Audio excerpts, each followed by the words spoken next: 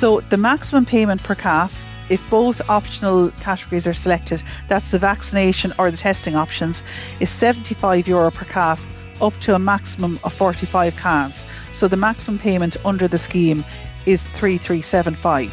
Hello and welcome to the Beef Edge, the Teagasc Beef Podcast, for all your latest news, information and advice for Irish beef farmers. I'm Catherine Egan and I'm joined by Margaret Brennan, Assistant Principal Officer over Beef Schemes with the Department of Agriculture, Food and the Marine, to discuss the new beef welfare scheme that was announced recently and to get an update on all things scheme related. Margaret, you're very welcome. The 2025 beef welfare scheme is open for applications. Who can apply? Yes, so to be eligible to participate, a farmer must have eligible beef breed calves born in their herd between the 1st of July 24 and the 30th of June 25, and also have submitted a BISS application in 2025 to the department. So farmers who sign up for the scheme are committing to undertaking the mandatory meal feeding action on the number of calves that they enter into the scheme, and for any optional actions that they select at application stage and the numbers they enter for those optional actions too.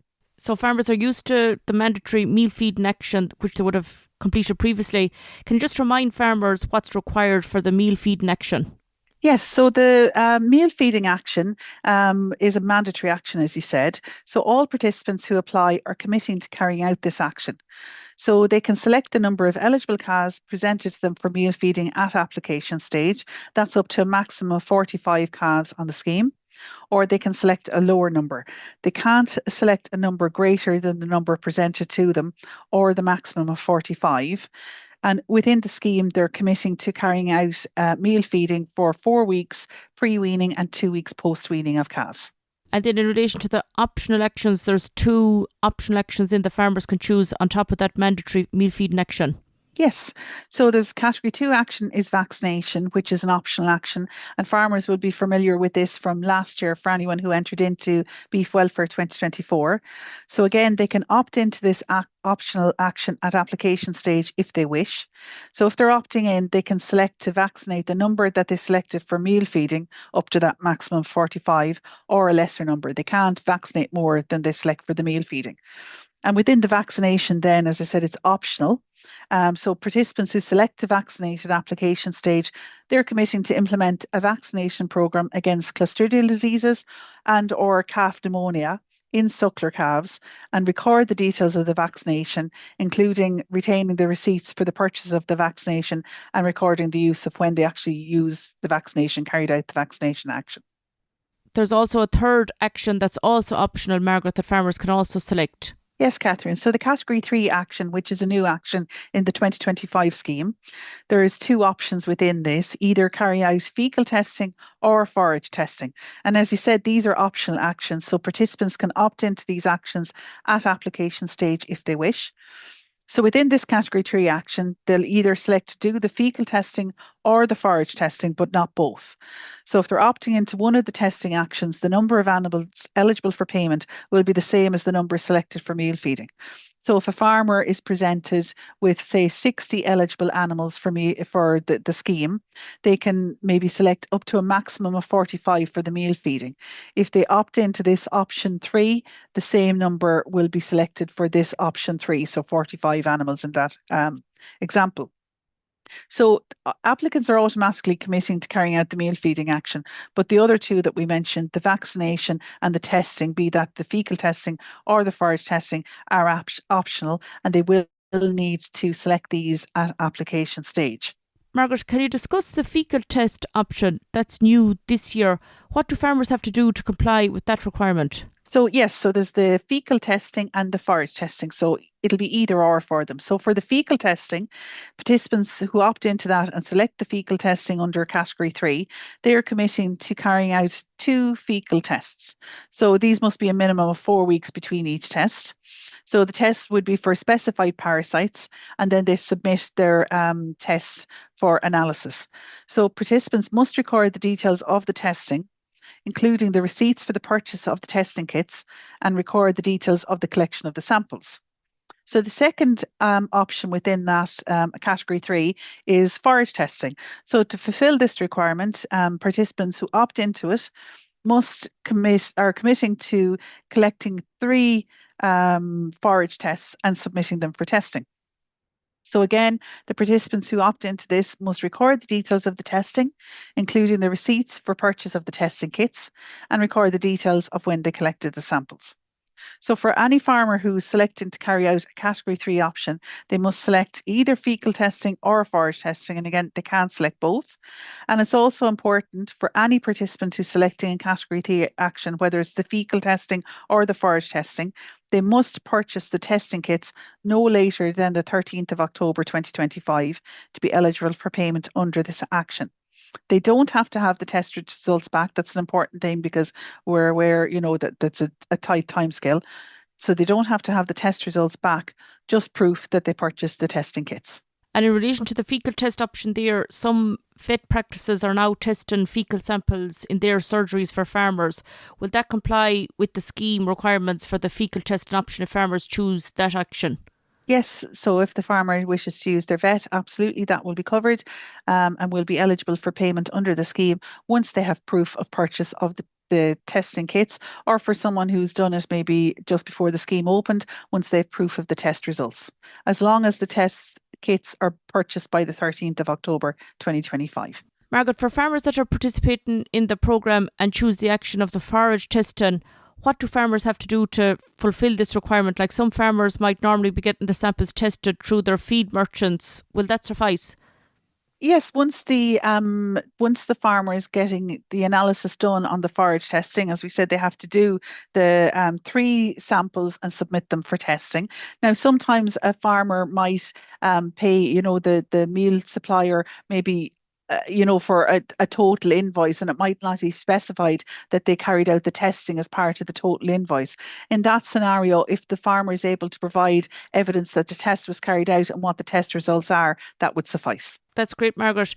Can you just talk through the payment rate for the scheme? Obviously, we mentioned the meal feeding action is mandatory, and then if farmers pick the other optional actions, what's the payment rate?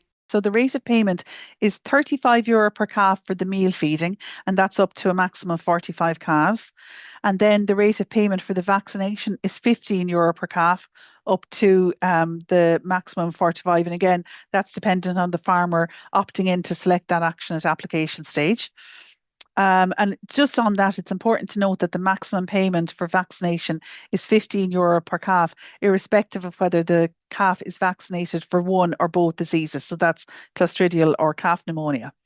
And then the rate of payment for the fecal testing or the forage testing, whichever is selected, is €25 per calf. So the maximum payment per calf, if both optional categories are selected, that's the vaccination or the testing options, is €75 per calf, up to a maximum of 45 calves. So the maximum payment under the scheme is 3,375. So it's important, which is a great support for farmers, but it's important to note that this is a nationally funded scheme with the budget of €28 million in 2025. So if the scheme is oversubscribed, there will be a reduction on the maximum number of animals payable. That's currently 45, but the payment of €75 per calf will not be affected. And also, Margaret, it is important, there's a key point there regarding the selecting options. Like farmers should be aware which actions that they're selecting and the penalties applied if the actions aren't carried out. Yes, absolutely. All those penalties are outlined in the scheme terms and conditions, Catherine. But the important thing is that farmers go in and they or their FAS advisors authorised to act on their behalf should apply online via AgFood. So when they go into their AgFood account, they'll see the link there for Beef Welfare Scheme 2025. And when they click on this link, they'll be brought in to commence the application. So they should ensure that they satisfy themselves that they've selected the number of animals that they wish to meal feed, that if they're selecting the vaccination option, that they opt into that and select the number of animals they're going to vaccinate. And then if they're going to opt into category 3, which is the fecal testing or forage testing, that they select that option and they indicate which of the testing that they're going to carry out. Once they've successfully submitted their application, then they'll be able to see an on-screen message confirming they've submitted their application successfully, and they'll see a copy of the application they've submitted. So they'll see the number of animals selected under each category and what they've opted in or out of. That's great, Margaret. And what's the closing date for applying for the beef welfare scheme? Yes, so the scheme closes for applications at midnight on Wednesday, the 24th of September 2025. So because of the tight window to process applications and make payments commencing in December 2025, there's no late application period after this date. So it's important to make sure that farmers are aware of that date of midnight on the 24th of September. And also, the application window will still be open during this year's ploughing, and there'll be staff available to help answer questions on the scheme in the department's tent for the 3 days of the ploughing. So if anyone has any queries and they want to come up to us at the ploughing, we'd be happy to help them. Or they can ring the department's help desk, or email queries to us at bws@agriculture.gov.ie. In relation to the Suckler Carbon Efficiency Programme, a lot of farmers are also participating in that scheme. What is the key date that farmers need to keep in mind for this year? Yeah, so there's a few things with SCEP, Catherine, that farmers should keep in mind for this year. They should continue to check to ensure that they comply with the eligibility requirements of the scheme. So the eligibility requirements under SCEP are that they've submitted a valid BISS each year, that they've completed the SCEP training, that they calve down a minimum of 50% of their 2025 yearly reference number, and that they maintain their SBLOS membership for the duration of the scheme. And they should also be mindful of ensuring that they claim enough forage lands to ensure they meet at least 80% of their maximum payable area. So there are some of the eligibility criteria and requirements. But in order to maximise the payments, they should also ensure that they carry out the actions of the programme by the required dates. So for the current scheme year, that is 2025, the requirements are that 85% of calves born in the holding must be sired by a 4 or 5-star bowler AI, that they must genotype at a minimum 70% of the yearly reference number and have those genomic samples be returned by the 30th of November 2025. Then they must also weigh at least 80% of eligible animals born in the holding and submit these weights within 7 days of weighing, but no later than 5:30 p.m. on the 1st of November 2025. They must also complete and submit survey data for all eligible calves born in the holding and their dams no later than the 15th of February 2026.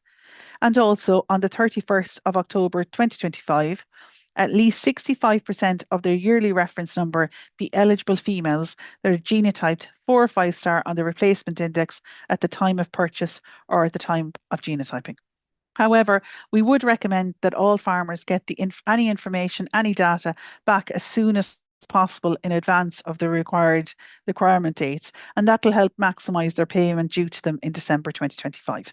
And as you mentioned there, Margaret, that's a key date that applicants are required to ensure that by the 31st of October 2025, at least 60% of their yearly reference number of eligible females are genotype 4 and 5-star, particularly taken into account following breeding season this year. Some cows may decide to be culled from the herd, and that 31st of October deadline that they need to assess that they're meeting that 65% figure. What are the requirements for farmers that are in the dairy beef weighing scheme and upcoming deadlines that farmers need to be aware for that scheme?